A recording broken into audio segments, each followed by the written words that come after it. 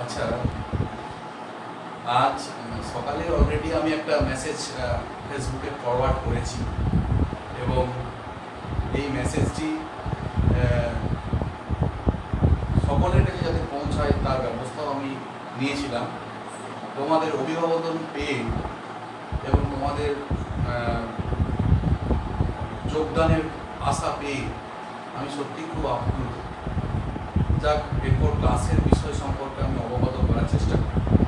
মূলত ক্লাস 11 এবং 12 এই দুটি সাবজেক্টেরই দুটি শ্রেণীর আমি কিন্তু ফিলসফি বা দর্শন কিন্তু ক্লাস নিই, তোমরা নিশ্চয়ই জানো।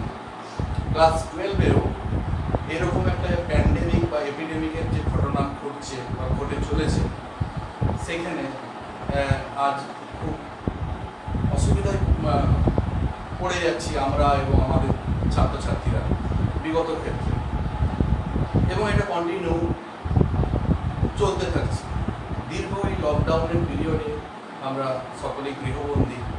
তাই এই গৃহবন্দী অবস্থায় তোমাদের জন্য যদি বিশেষ কিছু ভার্চুয়াল ক্লাসের মাধ্যমে যদি উপস্থাপন কিছু করা যায়, তাহলে সেক্ষেত্রে বেশি আপ্লুত এবং আমি আনন্দিত হব, এটাই আমি আশা রাখি। তো মূলত সরাসরি পাঠ্য বিষয়ে আমি চলে যাই। ক্লাস 12-এর যে পাঠটি বা যে বিষয়টি আছে তার নাম হচ্ছে লজিক, LOGIC। বারবার বলা হচ্ছে LOGIC। যদিও এই লজিক অলরেডি আগেই তৈরি হয়েছিল ইন্ডিয়ান এবং দুটো ওয়েস্টার্ন দুটি পার্ট নিয়ে। ইন্ডিয়ান মানে ভারতীয় এবং ওয়েস্টার্ন মানে পাশ্চাত্য। যদি আমি ভাগ করি লজিকটাকে, যে একটা হচ্ছে ইন্ডিয়ান লজিক, একটা হচ্ছে ওয়েস্টার্ন লজিক। ক্লাস 12-এ তোমরা কিন্তু ইন্ডিয়ান লজিকটা মোটেই পড়বে না, পড়বে কিন্তু তোমরা ওয়েস্টার্ন লজিক, অর্থাৎ পাশ্চাত্য যুক্তিবিদ্যা। আমি পরে আসছি পাশ্চাত্য যুক্তিবিদ্যার বিষয় সম্পর্কে, কি জিনিস, কি বিষয়, কি নিয়ে আলোচনা করে, এই সমস্ত বিষয়ে আমি আস্তে আস্তে আলোচনা করবো, পাঠ ভিত্তিক আলোচনা করবো। আমি অলরেডি ফেসবুকে তোমাদেরকে জানিয়েছি পাঠ ভিত্তিক আলোচনা করবো। ভার্চুয়াল ক্লাস তো ডাইরেক্টলি হয় না, সবসময় পার্ট ওয়াইজ। তো আমি এটা মুছেই দিই যে ইন্ডিয়ান আমরা পড়ছি না, শুধু ওয়েস্টার্ন পড়ছি। ওয়েস্টার্ন লজিকের মধ্যে অর্থাৎ পাশ্চাত্য যুক্তিবিদ্যা, এর মধ্যে আমরা কি কি পড়ব, পাশ্চাত্য যুক্তিবিদ্যা বা এই জিনিসটা কি, এই সম্পর্কে আমি একটু আলোকপাত করছি। আমি পরে করছি, তার আগেই আমাদের জানতে হবে পাশ্চাত্য বিষয়টা কি।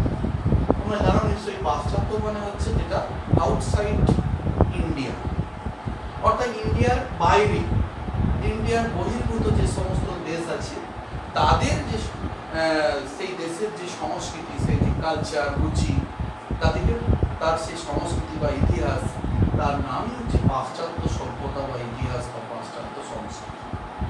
পাশ্চাত্য যুক্তিবিদ্যাও ঠিক খানিকটা ওরকম টাইপের, অর্থাৎ যেটা বলা হচ্ছে কি ভারতের বাইরে যুক্তিবিদ্যা।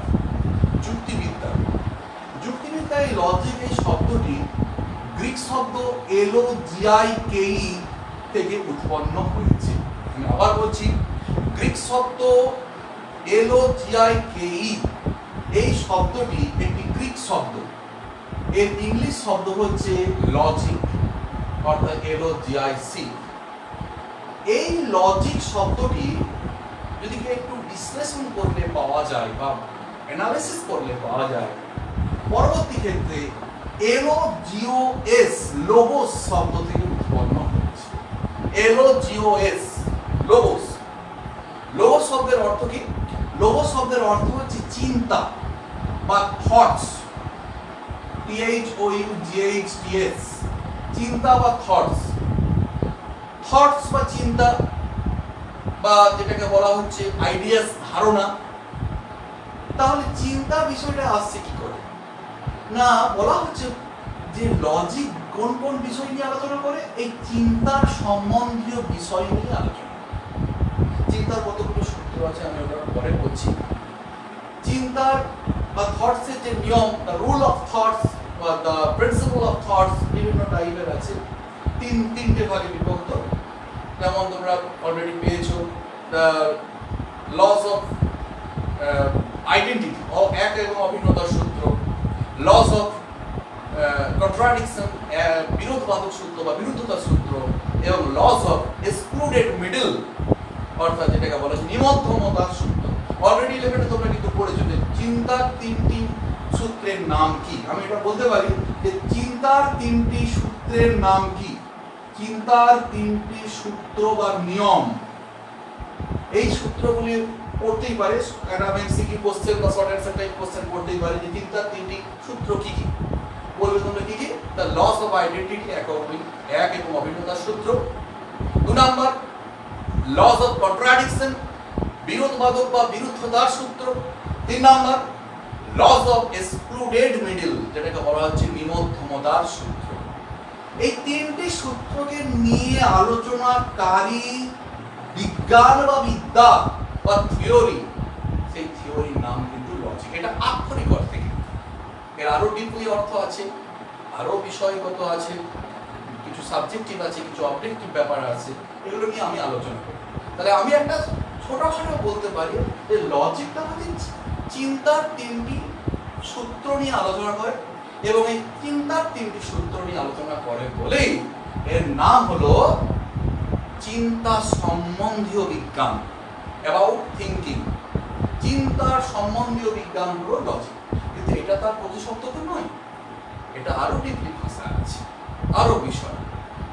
লজিক যেমন আলোচনা করে প্রাসঙ্গিক বিষয়কে নিয়ে আলোচনা করে, প্রাসঙ্গিক বিষয়গুলোকে অপ্রাসঙ্গিক বিষয় থেকে আলাদা করার চেষ্টা করে। যেমন বৈধতাকে এবং অবৈধতা নিয়ে বিষয় নিয়ে আলোচনা করে, তাদের নিয়ম কানুন নিয়ে আলোচনা করে, তাদের বিষয় সম্পর্কে নিয়ে আলোচনা করে, এবং কি কি বিষয় নিয়ে আলোচনা করবে এবং একটা প্রাসঙ্গিক যুক্তির উদাহরণ কি হতে পারে সেই সম্বন্ধে অনেক কিছু বিষয় নিয়ে আলোচনা করে। এগুলো আমরা পরের স্টেপে পাবো। তো মূলত এই লজিক সম্পর্কে আমি আজকে সিলেবাস সম্পর্কে বলি। সিলেবাস সম্পর্কে আগে জানতে হবে, সিলেবাসটা না জানলে তো হবে না। তারপর আস্তে আস্তে এই লজিকের পার্টের ফার্স্ট চ্যাপ্টার দিয়ে আমরা পেয়ে যাব এই সম্পর্কে। তো আমি আগে সিলেবাস সম্পর্কে আলোচনা করি। সিলেবাস সম্পর্কে আলোচনা করতে গেলে মূল একটাই বিষয় হবে যে এর কি কি আছে, কি কি করব। লজিকের পরিধি বা এর যে স্কোপ অনেকটা গভীর, সেই জায়গায় সংসদ কর্তৃক সিলেবাসের মাধ্যমে আমাকে এগোতে হবে। অনেক কিছু ম্যাটার্স আছে, এগুলোকেই আমি আলোচনা করতে পারি। লজিকের সিলেবাসে যদি আমি আলোচনা করি যে এর কি কি আছে, যদি বলা হয়, ফার্স্টে আমরা পড়ব আর্গুমেন্ট, ARGUMENT। আর্গুমেন্ট মানে কি? যুক্তি। এই বিষয়টা কি নিয়ে আলোচনা করবে? এই যুক্তি কাকে বলে, যুক্তি কত প্রকার এবং কি কি,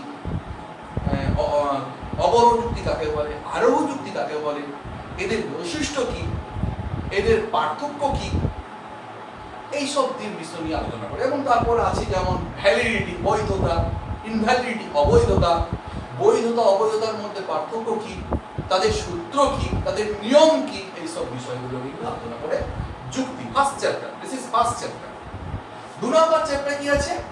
প্রপোজিশন, PROPOSITION।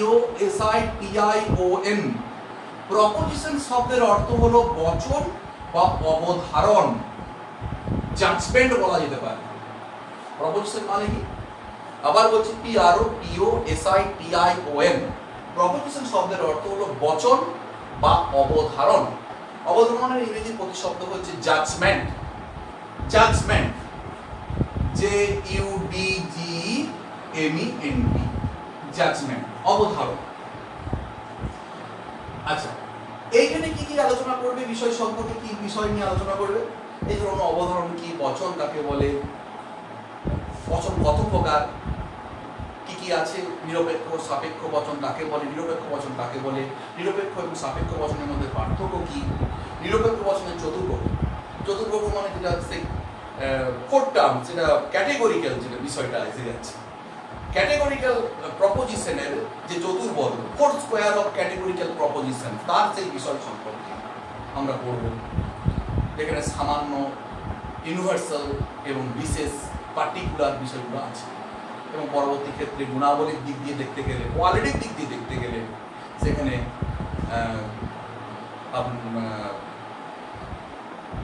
অ্যাসার্টিভ ইন্টারোগেটিভ আছে, অর্থাৎ সদর্থক নমর্থক এই বিষয়টাও এসে যায়।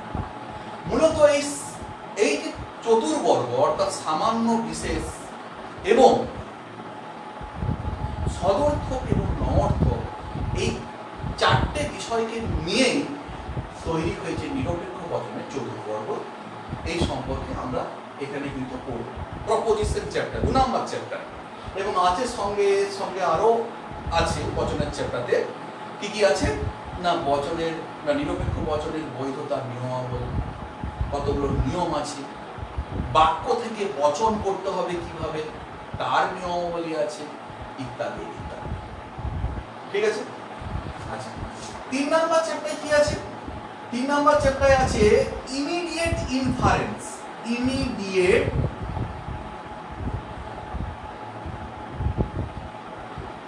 ইনফারেন্স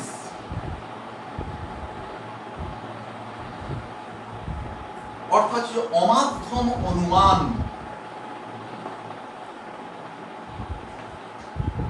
এই চ্যাপ্টার কি আছে? অমাধ্যম অনুমান, ইমিডিয়েট ইনফারেন্স। অমাধ্যম অনুমান আগেই বলেছি, যুক্তি যখন পড়তে হবে তখন তার সঙ্গে অ্যাটাচড হিসাবে আসবে অনুমান কাকে বলে, অনুমানের বিষয়গুলো কি, অনুমান কত প্রকার, যেমন মাধ্যম অনুমান কাকে বলে, অমাধ্যম অনুমান কাকে বলে। অমাধ্যম অনুমানের মধ্যে বিষয়গুলো তোমাদের আছে, দেখবে সঙ্গে আছে নাম্বার 1 কনভার্সন, CONVERSION। কনভার্সন মানে আবর্তন। আবর্তন কাকে বলে, আবর্তন নিয়মাবলী, আবর্তন কিভাবে করতে হয় তার বিভিন্ন উদাহরণ ইত্যাদি। 2 নাম্বার আছে অবভার্সন, OBVERSION। অবভার্সন মানে হচ্ছে বিবর্তন। বিবর্তন কাকে বলে, বিবর্তনের নিয়মাবলী, বিবর্তনের বিষয় সম্পর্কে ইত্যাদি ইত্যাদি। এই দুটো যদিও আপার ক্লাসে আরো যখন তোমরা অনার্স করবে সেখানে কিন্তু আরেকটা আছে সমবিবর্তন, কন্ট্রাপজিশন। কিন্তু এখানে কিন্তু অর্থাৎ সংসদ কর্তৃক তোমাদের দ্বাদশ শ্রেণীর বিষয়ে সিলেবাসে সেই কন্ট্রাপজিশন বা সমবিবর্তন নেই, তাই আমাদের ওটা পড়তে হবে না।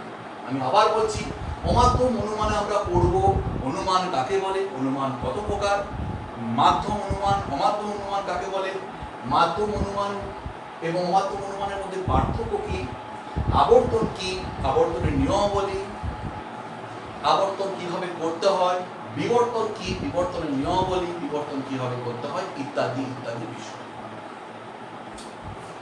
4 নম্বর লেসনে আছে opposition of proposition. Opposition of proposition এর মানে হলো বচনের বিরোধিতা। বচনের বিরোধিতা। তোমরা হয়তো বলবে যে স্যার বিরোধিতা তো অলরেডি কন্ট্রাডিক্ট বলছো, কিন্তু কন্ট্রাডিক্ট শব্দটা কেন এখানে ব্যবহার করো? কন্ট্রাডিকশন হচ্ছে বিরুদ্ধতা এবং অপোজিশন তারই একটা সিনোনিম, একটা সমার্থক শব্দ। অপোজিশন অফ প্রপোজিশন মানে বচনের বিরোধিতা। এখানে তোমরা পড়বে বিষয়গুলো যেগুলো আছে তোমাদের পাঠ্য সিলেবাসে যে অন্তর্ভুক্ত, সেখানে আছে বচনের বিরোধিতা চ্যাপ্টারের মধ্যে বচনের বিরোধিতার যে চতুর্বর্গ 4টে ভাগে বিভক্ত যেটা আছে, কি কি আছে? নাম্বার 1 বিরোধিতা, বিপরীত বিরোধিতা, অসম বিরোধিতা, অধীন বিপরীত বিরোধিতা এবং সঙ্গে বিরুদ্ধ বিরোধিতা। এই চারটে বিষয়ে তোমরা বিভিন্ন বিষয় পড়বে, সাব টপিক হিসেবে পড়বে। এবং সঙ্গে আছে বিরোধানুমান, বচনের বিরোধিতা প্লাস সঙ্গে আছে বিরোধানুমান। বিরোধানুমান শব্দের অর্থ হলো বিরোধিতা এবং সঙ্গে অনুমান। বিরোধিতা এবং সঙ্গে অনুমান ইকুয়াল টু বিরোধানুমান। তাই বচনের বিরোধে যেমন পড়বো তেমনি বচনের বিরোধানুমানও পড়বো এই বিষয়। এছাড়া এই চ্যাপ্টারতে আছে বিভিন্ন সত্য মিথ্যার নিয়মাবলী। কিছু প্রশ্ন এমসিকিউ শর্ট অ্যান্সার টাইপ পড়ে দেখেছি অলরেডি, যে ধরো সার্বিক সদর্থক বচন যদি সত্য হয় তাহলে একটা বিশেষ সদর্থক বচন কি হবে, এর একটা রুলস রেগুলেশনস আছে, সেগুলো আস্তে আস্তে আমরা পরবর্তী ক্ষেত্রে ধাপে ধাপে মূলত সিলেবাসটাকে আগে দেখতে হবে। 5 নাম্বার সিলেবাসে কি আছে বা 5 নাম্বার টপিক বা লেসনে কি আছে? 5 নাম্বার লেসনে আছে ক্যাটেগরিক্যাল সিলোজিজম। ক্যাটেগরিক্যাল সিলোজিজম এর মানে হলো নিরপেক্ষ ন্যায়। নিরপেক্ষ ন্যায় কি করে, কি জিনিস, এই বিষয় নিয়ে আলোচনাটা পরে করছি। আগে এই বিষয় কি কি পড়ব। নিরপেক্ষ ন্যায় কাকে বলে, নিরপেক্ষ ন্যায়ের নিয়মাবলী, নিরপেক্ষ ন্যায়ের যে কয়েকটা নিয়ম আছে, মানে ভালো ভালো নিয়ম, যে 10টা নিয়ম আছে সেই সম্পর্কে আলোচনা করা, আরো ইত্যাদি ইত্যাদি বিষয় সম্পর্কে বৈধতা অবৈধতা বিচার করা, ভ্যালিডিটি ইনভ্যালিডিটি ইত্যাদি বিচার করা, এবং বিভিন্ন ধরনের আর্গুমেন্ট মানে যুক্তি হিসাবে উদাহরণকে তুলে আনা। এটা হচ্ছে ক্যাটেগরিক্যাল সিলোজিজম বা নিরপেক্ষ ন্যায়ের একটা লেসনের বৈশিষ্ট্য করতে পারে। এখানে একটা বড় কোশ্চেন পড়ার সম্ভাবনা আছে, ওটা পরে বলছি। 6 নম্বর টপিকে কি আছে? Hypothetical and disjunctive syllogism. Hypothetical and disjunctive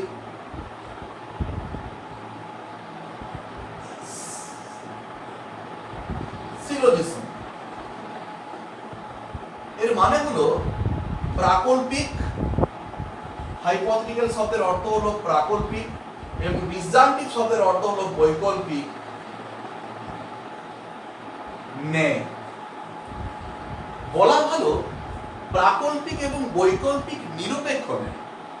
আমার যদি বলি এটা ইংলিশে ট্রান্সলেট করে বলি তাহলে hypothetical and disjunctive categorical syllogism, অর্থাৎ প্রাকল্পিক এবং বৈকল্পিক নিরপেক্ষ ন্যায়, ন্যায় অনুমান, ফলস। এখানে কি কি পড়বে এই জিনিসটা কি কি? এখানে অনেকগুলো নিয়ম আছে। যে সাপেক্ষ বচন কত প্রকার, তোমরা অলরেডি যেটা পড়েছো সেই বচনের চ্যাপ্টারে, বচন কত প্রকার এটা পড়েছি, যে সাপেক্ষ একটা নিরপেক্ষ। এখানে বিশেষভাবে 2 নাম্বার লেসনে নিরপেক্ষ বচনটাকে বিশেষভাবে গুরুত্ব দেওয়া হয়েছিল। নিরপেক্ষ বচনের চতুর্বর্গ নিয়ে আলোচনা করা হয়েছিল, কিন্তু সাপেক্ষ বচন নিয়ে আলোচনা করা হয়। তাহলে সাপেক্ষ বচন কিন্তু এখানে পড়বে। সাপেক্ষ মানে বুঝতেই পারছো, অপরের উপর নির্ভরশীল যে বচন, যে বচন মানে যে বচনের অংশ, যে বচনের বিধেয়টি উদ্দেশ্যের উপর পুরোপুরি নিযুক্ত বা শর্তের উপর নির্ভর করে। and this is called for সাপেক্ষ বচন বলা যেতে পারে, নন ক্যাটেগরিক্যাল প্রপোজিশন বলা যেতে পারে। আচ্ছা, তো এই সাপেক্ষ বচন 5 প্রকার আছে বিভিন্ন নিয়ম অনুযায়ী। সেইখানে তোমাদের এই প্রাকল্পিক এবং বৈকল্পিক নিরপেক্ষ ন্যায় অনুমানের একটা অংশ কিন্তু তুলে ধরা হয়েছে। প্রাকল্পিক ন্যায় অনুমান এবং বৈকল্পিক ন্যায় অনুমান। প্রাকল্পিক ন্যায় অনুমানের অনেকগুলো পর্যায় আছে, যেটা এমপি, এমটি ইত্যাদি, মোডাস পোনেন্ট, মোডাস টলেন্স।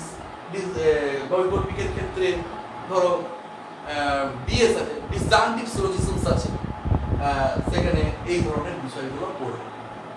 প্রাকল্পিকের বিষয় আলাদা, বৈকল্পিকের বিষয় আলাদা। আচ্ছা, তাহলে এই লেসন হলো। 7 নাম্বার লেসনে কি আছে? 7 নাম্বার লেসনে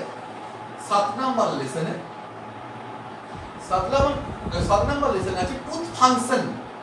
ট্রুথ ফাংশন অর্থাৎ যেটাকে বলা হয় সত্যাপেক্ষক। সত্যাপেক্ষক যুক্তিও বলতে পারা যায় অনেক সময়। ট্রুথ ফাংশন বুঝতেই পারছো, এই শব্দটার মধ্যে একটা সত্যতা মিথ্যাত্বতার একটা ব্যাপার এসে যাচ্ছে, অর্থাৎ সত্য মিথ্যাত্বের নিয়মাবলী বলতে পারা যায়। বচন তো বিভিন্ন টাইপের হয়, সাপেক্ষ বচন তো অনেক টাইপের হয়। ক্যাটেগরিক্যাল সিলোজিজম প্রপোজিশন আলাদা, অর্থাৎ নিরপেক্ষ বচন আলাদা হয়, সাপেক্ষ বচন আলাদা। সাপেক্ষ বচন 5 প্রকার। নাম্বার 1 প্রাকল্পিক বচন, বৈকল্পিক বচন। এই ধরো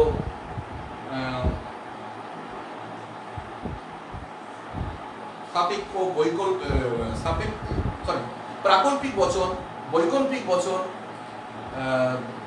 তারপরে আছে ধরো ত্রিপাকল্পিক বচন আছে, সংযোগী বচন আছে, নিষেধক বচন আছে ইত্যাদি। প্রাকল্পিক বচনের যেমন ইংরেজি প্রতিশব্দ হচ্ছে হাইপোথেটিক্যাল প্রপোজিশনস, তার নিয়মাবলী, সত্য মিথ্যার্থের নিয়মাবলী আছে। বৈকল্পিক বচনে তার নিয়মাবলী আছে, নিষেধক বচনে তার নিয়মাবলী আছে, সংযোগী বচনে তার নিয়মাবলী আছে, এবং দ্বিপ্রাকল্পিক বা যেটাকে বলা হয় বাই হাইপোথেটিক্যাল প্রপোজিশন তারও নিয়মাবলী আছে। বিভিন্ন ক্ষেত্রে নিয়মাবলী আছে। এই নিয়মগুলো যদি ঠিকঠাকভাবে ফলো করা যায়, প্রত্যেকটা ক্ষেত্রে যদি নিয়মগুলো ফলো করা যায়, যেমন প্রাকল্পিক বচনের নিয়ম কি হবে, সত্য কখন হবে, মিথ্যা কখন হবে, বৈকল্পিকের ক্ষেত্রে কি হবে, এরকম যদি 5টা বচনের ক্ষেত্রে আলাদা আলাদা করে করা যায়, মনে রাখবে এটা সবসময় সাপেক্ষ বচন, নিরপেক্ষ নয়, তাহলে আমরা এই সত্যতা এবং মিথ্যাত্বের নিয়মগুলো আস্তে আস্তে পেয়ে যাব, এবং যার মাধ্যমে ট্রুথ ভ্যালু বা সত্য মূল্য নির্ণয় করতে আমরা পারি। ঠিক আছে, তাহলে এই হচ্ছে 7টা সাবজেক্ট, 7টা লেসন নিয়ে তৈরি হলো আমাদের লজিকের একটা অংশ, লজিকের একটা অংশ। আচ্ছা, আরেকটা বলতে ভুলে গেলাম, আরেকটা বিষয় আছে, 8 নাম্বার বিষয়, সেটা হচ্ছে বুলিয়ান ইন্টারপ্রিটেশন। বুলিয়ান ইন্টারপ্রিটেশন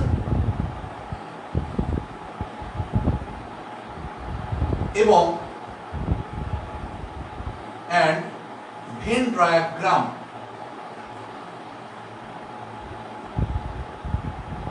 বুঝতেই পারছো, বুলিয়ান ইন্টারপ্রিটেশন শব্দের হচ্ছে বুলীয় ভাষ্য বা বুলীয় লিপি, এবং ভেন ডায়াগ্রাম শব্দের অর্থ হচ্ছে কিন্তু ভেন চিত্র। দুজন প্রখ্যাত দার্শনিক কিন্তু তৈরি করে, দার্শনিক বলাটা ভুল হবে না, যদি যুক্তিবিজ্ঞানী আরো ভালো করে বলার চেষ্টা করে। বুলিয়ান ইন্টারপ্রিটেশনের যে দার্শনিক তথা যুক্তিবিজ্ঞানী তৈরি করছেন তার নাম হলো জর্জ বুল।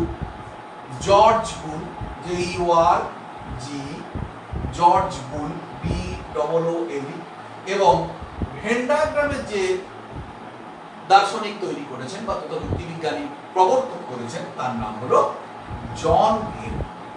পড়তে পারেন জন ভেন, বারবার বলা হচ্ছে কিন্তু জন ভেন এবং জর্জ বুল, এই দুজন দার্শনিক তথা যুক্তিবিজ্ঞানী। আমি আবার বলছি, লজিকে যারা যে সমস্ত দার্শনিকের আলোচনা করে তাদেরকে দার্শনিক যেমন বলা হবে, তেমনি যুক্তিবিজ্ঞানী আক্ষরিক অর্থে বলা হবে।